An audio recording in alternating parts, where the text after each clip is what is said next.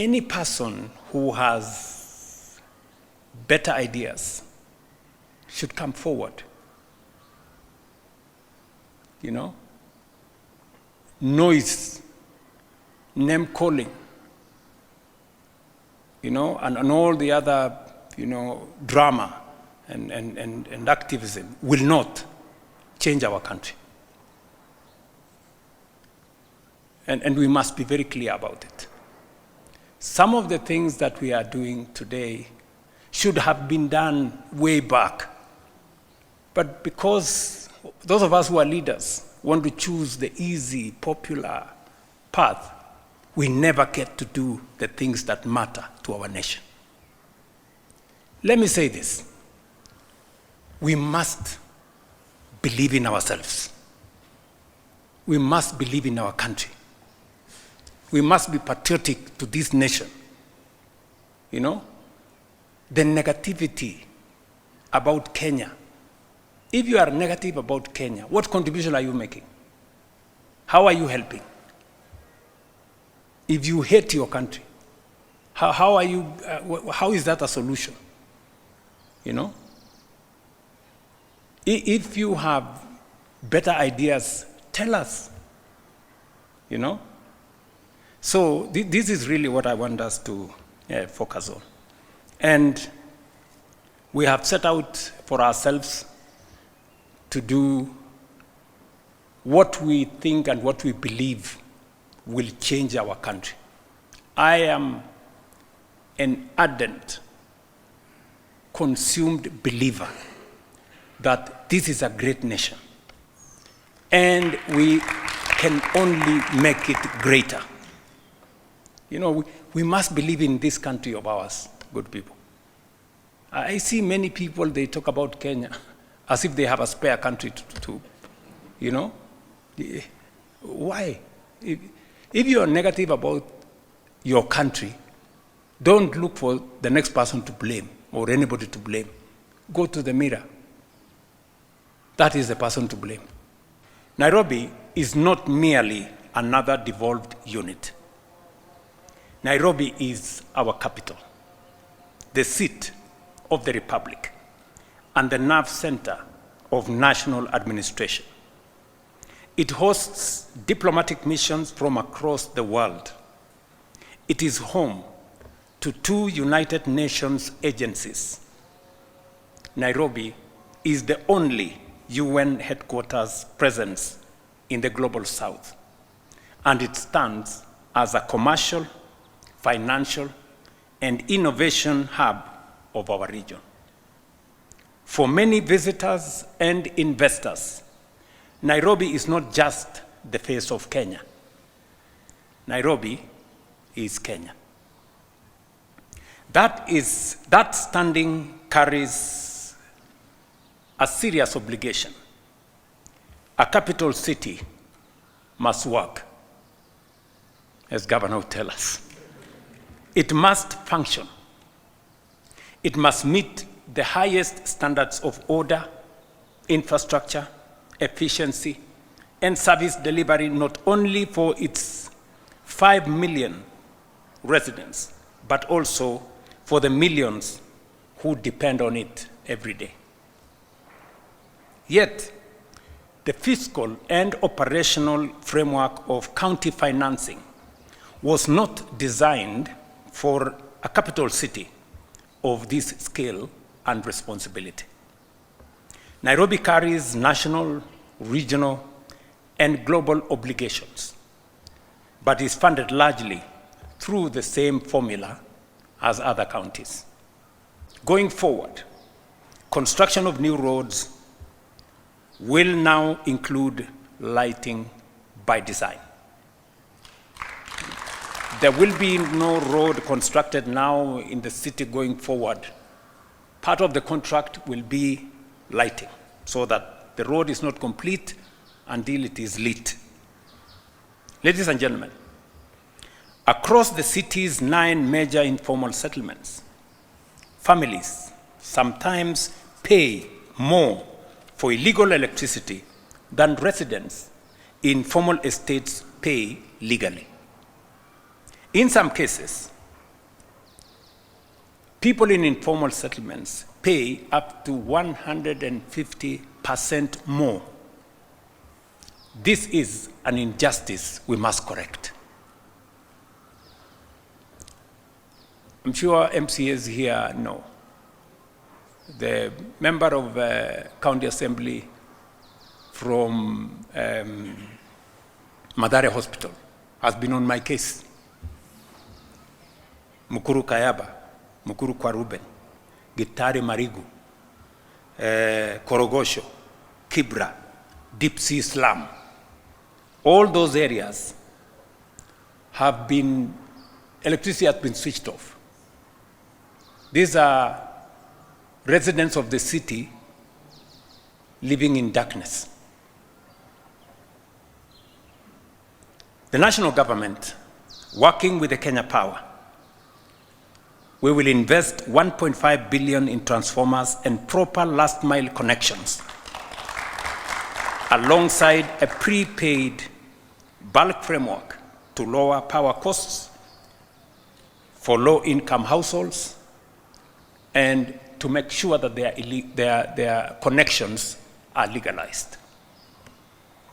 In the long term, we will transform informal settlements through affordable housing and a 3.3 billion upgrade program covering transformers, prepaid metering, and settlement lighting around footpaths, markets, schools, and health facilities.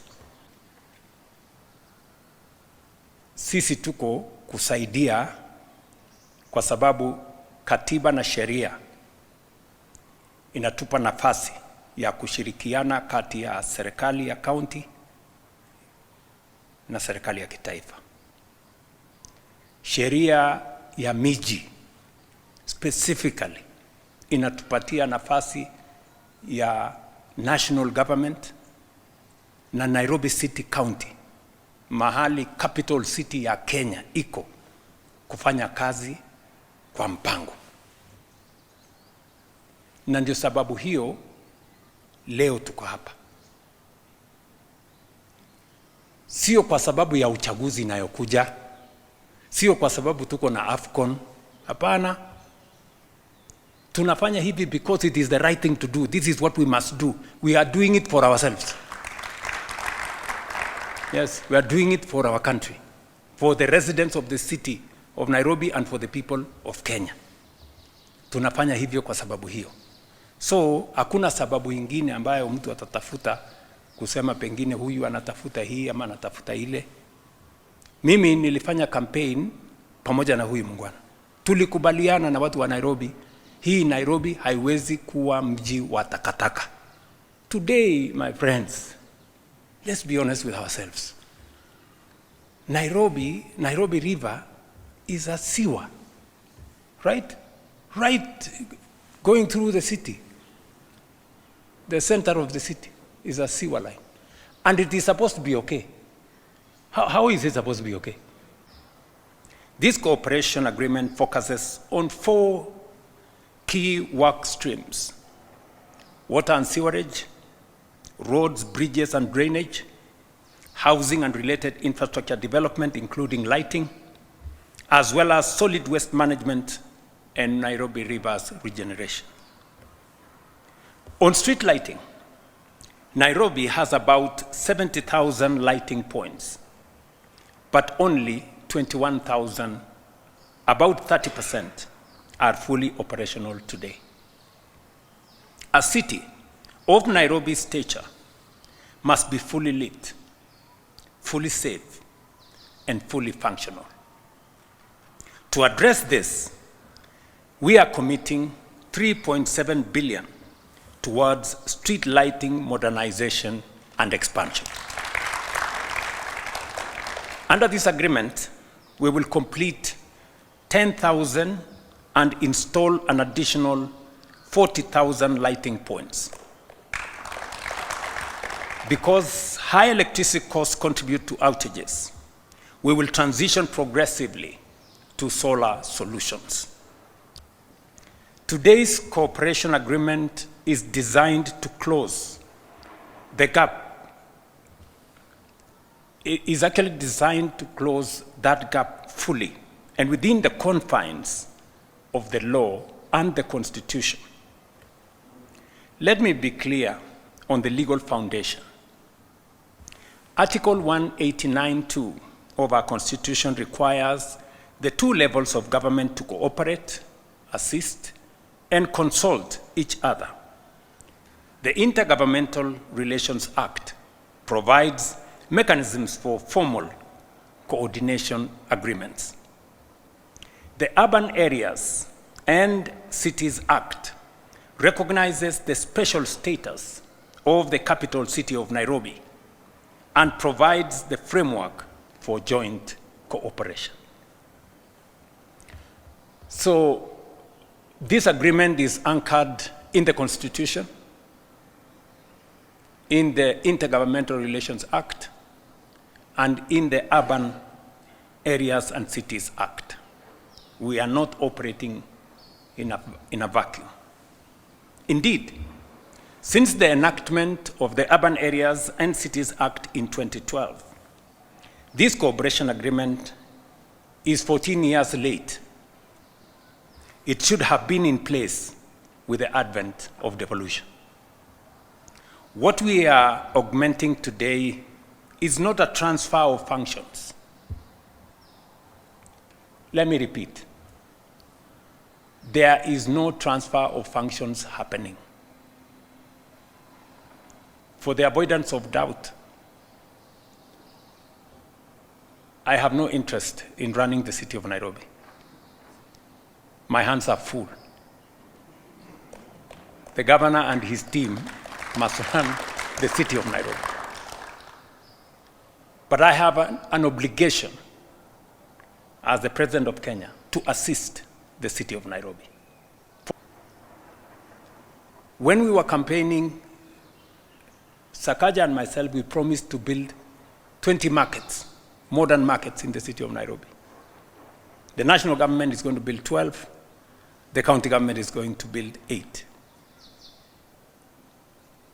I was in Gikomba, and we are now designing a modern market, modern national market, because as I went around in the Nyota program, many of the traders in different parts of Kenya said they buy their wares from Gikomba. So Gikomba does not serve the city of Nairobi.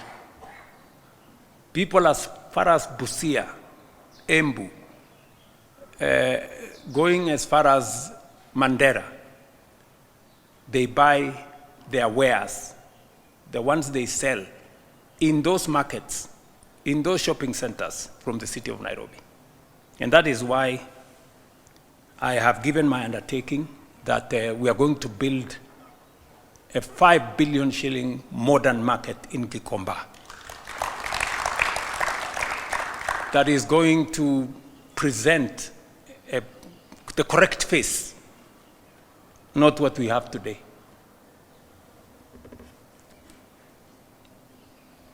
This will strengthen Nairobi's standing as a capital worthy of the republic it serves, orderly, functional, competitive, and globally respected. A first-rank African metropolis that reflects our national ambition and commands both local and international confidence. Ladies and gentlemen, this is a very, very proud moment for me.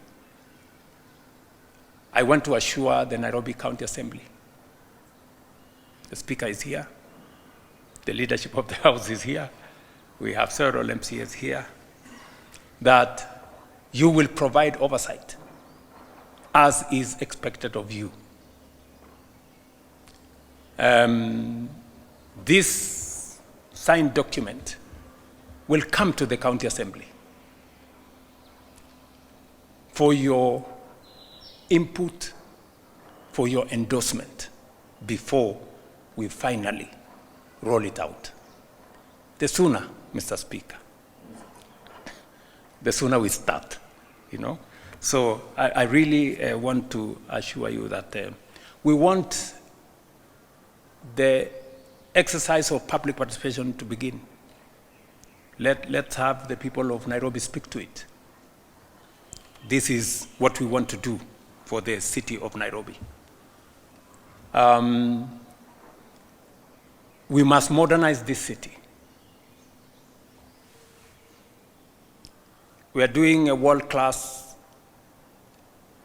Talanta Stadium. We're doing a world-class conference facility in Bomas. Shortly, we will start the construction, with the private sector, by the way, of a modern arena right here in Nairobi. And as I promised the country, we will roll out in a couple of months the construction of a new airport in Nairobi. Ladies and gentlemen, we must raise our ambition. We cannot continue to make peace with mediocrity. We've been partnering in a number of issues, such as the Nairobi Rivers Commission and the regeneration of the river, water provision to the city, the school food feeding program, which has a separate agreement, roads and mobility, markets, housing, among other areas. This agreement solidifies those arrangements, providing a legal framework for additional support, including partnership in security and order. Because, Your Excellency, we promised a city of order, dignity, hope, and opportunity. Next year, Nairobi will be hosting the Africa Cup of Nations, a historic opportunity. This agreement will help us to be able to provide additional infrastructure necessary for a successful tournament. We're on the journey to Singapore, and Nairobi will not be left behind. This is the capital of Singapore, Excellency. The capital city will remain at the center of the transformation to first world status. This agreement provides for a two-tier governance structure for its successful implementation. The steering committee, which will be chaired by the Prime Cabinet Secretary as the coordinator of national government ministries and agencies, deputized by myself, and comprising of cabinet secretaries as well as county staff, will set the overall policy goals and direction. The day-to-day execution of programs and projects will be overseen by the implementation committee, which will be chaired by the governor of Nairobi and will comprise principal secretaries from the national government as well as county executive committee members responsible for corresponding functions. We thank you for seeing the need and unique place of the capital city and for your support.